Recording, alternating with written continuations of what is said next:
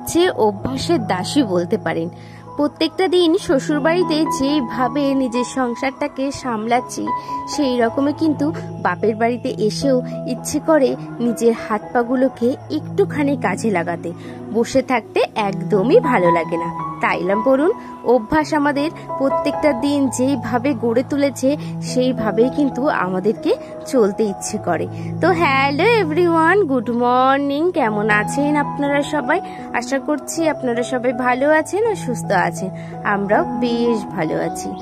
আজ শনিবার, ঘড়ির কাঁটায় এখন ওই সকাল 7টা নাগাদ। এখন থেকেই আপনাদেরকে সাথে নিয়ে আজকের ভিডিওটি শুরু করলাম। আশা করছি ভিডিওটি আপনাদের বেশ ভালো লাগবে। ঘুম থেকে উঠেছি বেশ কিছুক্ষণ আগে, উঠে কিছুক্ষণ রেস্ট নিয়ে গল্প কাটটা করে কিন্তু এখন কাজগুলোকে শুরু করে দিয়েছি। মায়ের দিকে বললো যে কিছু তোকে করতে হয় না, কিন্তু কি করব বলুন, নিজের অভ্যাসকে তো কিছুতেই পিছু ছাড়তে পারছি না। সেই জন্য এই যে বিছানাটা গুছিয়ে নিয়েছি। বিছানাটা গোছানোর পরে এরপরে মা বলল কি একটুখানি রোদের থেকে সমস্ত কাঁথাগুলো নিয়ে আসো, কারণ কি বহু যুগ পরে আজকে রোদ উঠেছে। সেই জন্য মা ঘরের সমস্ত জিনিস একেবারে রোদে দিয়ে দিয়েছে। সেগুলো রোদ টানা হয়ে গেছে, ওর জন্য রোদের থেকে ঘরে নিয়ে এসেছি। এই যে দেখুন, ঘরে নিয়ে আসার পরে চলে গেছি একদম স্নানে। কারণ কি স্নানটা ওই বাড়িতে যেরকম আমাকে প্রত্যেকটা দিন সকালেই করতে হয় সেই রকমই সকালে যখন না করলে না মানে শরীরটা বেশ কিরকম একটা লাগে। সেই জন্য আগে সবার প্রথমে স্নানে গেছি, স্নানটা সেরে নিয়েছি। স্নান সেরে নিলে না অনেকটা কাজ মনে হয় হালকা হয়ে যায়। আর এদিকে মায়ের শরীরটাও তো খুব একটা ভালো নেই, সেই জন্য ভাবলাম কি কাজগুলোকে একেবারে স্নান করার পরে শুরু করি। তো এদিকে দেখুন, স্নান সেরে চলে এসেছি ঘরে। ঘরে এসে সবার প্রথমে যেই কাজগুলো আমরা করি তো সেগুলোকেই করছি। সিঁদুরটা পরে নিয়েছি, সিঁদুরটা পরে এরপরে মাথাটাও আঁচড়ে নেব। কারণ কি আজকে আবার একটুখানি মাথাটা ভিজিয়েছি। প্রায় অনেক কটা দিন হচ্ছে মাথাটা শ্যাম্পু করা হচ্ছে না, যদিও বা আজকে শনিবার, কিন্তু কিছু করার নেই। মানে শনিবার দিনকে আমরা খুব একদম বিপদে না পড়লে শ্যাম্পু করি না। তো তারপরেও আজকে আমি করলাম বাধ্যতামূলক। কি করব বলুন, এক একটা দিন এমন কিছু প্রবলেম আসে যে না বাধ্যতামূলক শ্যাম্পুটা করতেই হয়। তো এদিকে মাথাটা আঁচড়ে চলে এসেছি রান্নাঘরে।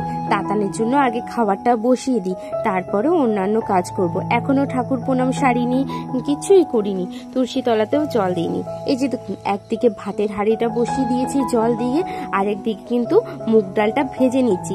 যেহেতু নিরামিষ মুগ ডাল হবে, তো ওর জন্য কি করলাম, মুগ ডালটা ভেজে সিদ্ধর জন্য বসিয়ে দেবো। তাতানকে আজকে ভাত আর মুগ ডাল সিদ্ধ দেবো। আর একটা সাইডে দেখুন ভাতের হাঁড়িতে কিন্তু চালটা দিয়ে দিচ্ছি। যেহেতু ভাতের জলটা কিন্তু ফুটছিল, সেই জন্য একটুখানি চালটা দিয়ে ঢাকা দিয়ে রাখবো, তাহলে বেশ তাড়াতাড়ি রান্নাগুলো হয়ে যায়। তো এদিকে ভাতের হাঁড়িতে চাল দিয়ে চলে এসেছি আগে তুলসী তলায় জল দিতে। বললামই যে ঠাকুর প্রণামটা সারিনি, ওই জন্য তুলসী তলায় জলটা আগে আমি দিয়ে দিচ্ছি, তারপরে ঘরে গিয়ে কিন্তু ঠাকুর প্রণামটা সারবো। আর জানেন তো, এই যে কালকে বাপের বাড়িতে এসেছি, সেইভাবে তো আর আপনাদের সাথে ভিডিও করাও হয়নি, ওই কারণে কিছুই দেখাতে পারিনি। আর কালকের ভিডিও আমি করেছি, কিন্তু অনেকটা ছোট ভিডিও হয়েছে বলে আমার আর ভালো লাগছে না ওটাকে পোস্ট করতে। দেখি যদি আমি পারি সেটাকে আমি পোস্ট করব। তো এদিকে দেখুন, তুলসী তলায় জল দিয়ে চলে এসেছি আমি ঠাকুর প্রণাম করতে। এই যে দেখুন, আমাদের সিংহাসনটা কিন্তু এখন একেবারে ভরা ভরা লাগছে। কারণ কি বলুন তো, আমাদের বাড়িতে নতুন সদস্য এসেছে, গোপু সোনা এসেছে। মাকে একজন গিফট করেছে, তো সেটাই মা প্রতিষ্ঠান করেছে। আর জানেন তো, এটা বলতে পারেন আমার মায়ের অনেক দিনেরই ইচ্ছে ছিল, আমারও ইচ্ছে ছিল, কিন্তু সেটা যে এইভাবে পূর্ণ হবে আমরা কিন্তু কেউই বুঝতে পারিনি। তো আপনাদের সাথে শেয়ার করলাম। দেখুন আমাদের কি সুন্দর গোপু সোনাটাকে। তো এই যে দেখে নিন একটুখানি, বেশ সুন্দর কিন্তু মুখশ্রীটা এতটা ভালো লাগছে, মনে হচ্ছে আমাদের দিকে না একদম হাসি মুখে তাকিয়ে রয়েছে। তো এইদিকে ঠাকুর প্রণামটা সেরে নিয়ে চলে এসেছি রান্নাঘরে। তাতান মায়ের কাছে, মায়ের কোল থেকে একদম নামতে চাইছে না জানেন তো, সেই জন্য আমি আজকে কাজবাজগুলো করছি। ওদিকে ডাল সিদ্ধর জন্য জল দিয়ে দিয়েছিলাম, তো দেখলেনি, তারপরে নুন হলুদ দিয়ে দিয়েছি। আর এদিকে দেখুন, আমি এবারে আলুর দমের জন্য আলুটাকে ভাজবো, আর এর মধ্যে মা একটুখানি ফাঁকা পেয়েছে এসেছে, তাই মা একটুখানি নুনটা দিয়ে দিল, বললো যখন আমি এদিকে ডালটা নামাচ্ছি তুই এদিকে কর। তো এদিকে দেখুন আলুটাকে বেশ ভালোভাবে একটুখানি ভেজে নিয়েছি, ভেজে নিয়ে উঠিয়ে রেখেছি।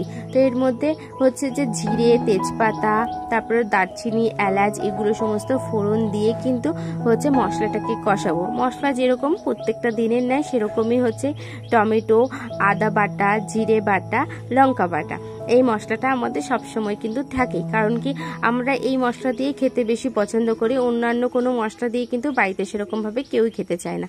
আর তারই মধ্যে অল্প সামান্য একটুখানি নুন আর একটুখানি হলুদ আমি দিয়ে দিয়েছিলাম।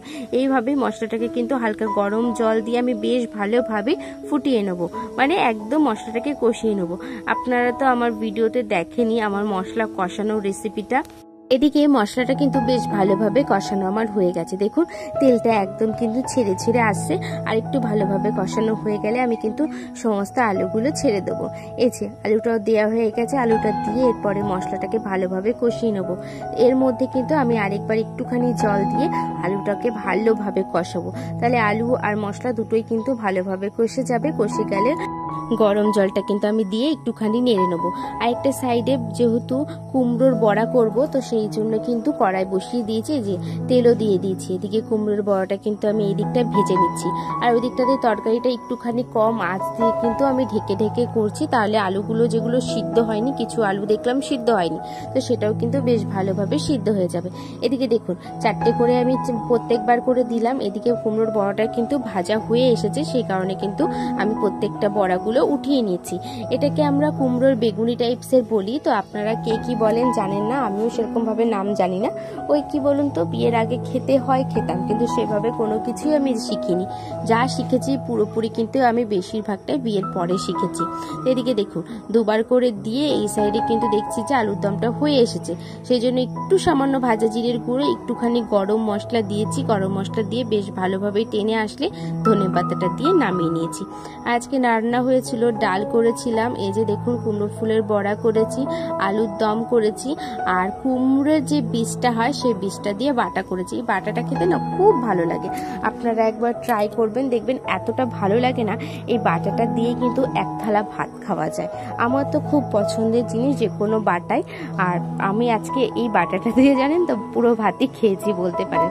এই যে এরপরে রান্না বান্না সমস্ত শেষ। তারপরে কি করছি, প্রত্যেকটা দিন যেরকম গ্যাসটা আমি মুছে নিই সেরকম এখানেও কিন্তু আমি গ্যাসটা মুছে নিয়েছি। গ্যাস মুছে গ্যাসের টেবিলটাও কিন্তু মুছে নিয়েছি। আর টেবিলটা মোছার পরে যে টেবিলটাতে আমরা খাই সেই টেবিলটাও মুছে নিয়েছি।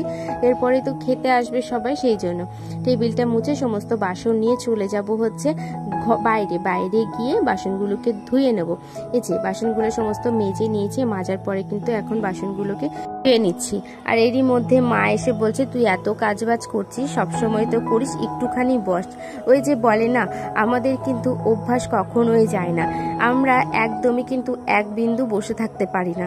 নিজের সংসারটাকেও যেরকম ভাবে গোছাতে পছন্দ করি, সেরকমই বাপের বাড়িতে আসলেও কিন্তু বাপের বাড়ির কাজগুলো কিন্তু করে মায়ের একটুখানি সাহায্য করতে বেশ ভালো লাগে, তাই না বলুন? দেখুন আপনাদের সাথে গল্প করতে করতে কিন্তু আমার অনেকটা কাজই শেষ হয়ে গেছে। বাসনগুলো পুরো ধুয়ে রেখে দিয়েছি, আর যে কাপড়গুলো ছিল সেগুলোকে কিন্তু সাবান দিয়ে একটুখানি মেজে ঘষে নিয়ে রেখে দিলাম। এগুলোকে মেলে দেবো, আর সমস্ত বাসনগুলো নিয়ে ঘরে রেখে দিচ্ছি। আর বিকেলের পরে, মানে দুপুরের পরে আর কোনো রকম ভিডিও করিনি। এই যে বিকেলের দিকে ভাই বলছে কি একটুখানি কি খাবো, তো মোমো বানাচ্ছিল, ভাইকে একটুখানি সাহায্য করে দিচ্ছি। ওই ছোট ছোট লেচিগুলোকে একটুখানি আমি বেলে দিলাম। আমি এর থেকে বেশি কিছু জানি না মোমো বানাতে, ওই সমস্ত কিছু করছে আর আমি এই কাজগুলোই করছি। দেখুন একটা লিচি বেলতে বেলতে আমার অনেকটা সময় চলে গেছে, আর ভাই মোমোগুলো বানিয়েছিল। এর মতন ভিডিওটা আমি এখানেই শেষ করলাম। দেখা হচ্ছে নতুন একটি ভিডিওতে।